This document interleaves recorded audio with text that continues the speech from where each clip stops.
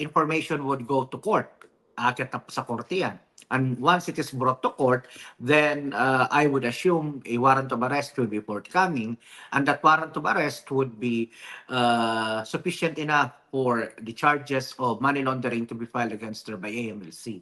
Then sunod-sunod na po yun. Remember, money laundering needs a predicate crime. And one of the predicate crime of money laundering is trafficking in persons. So pag kinatigan kami, Christian, ng mga panel of prosecutors na may sapat kaming ebidensya, may predicate crime na kami for money laundering. Susunod na po yun. Then BIR and so on and so forth.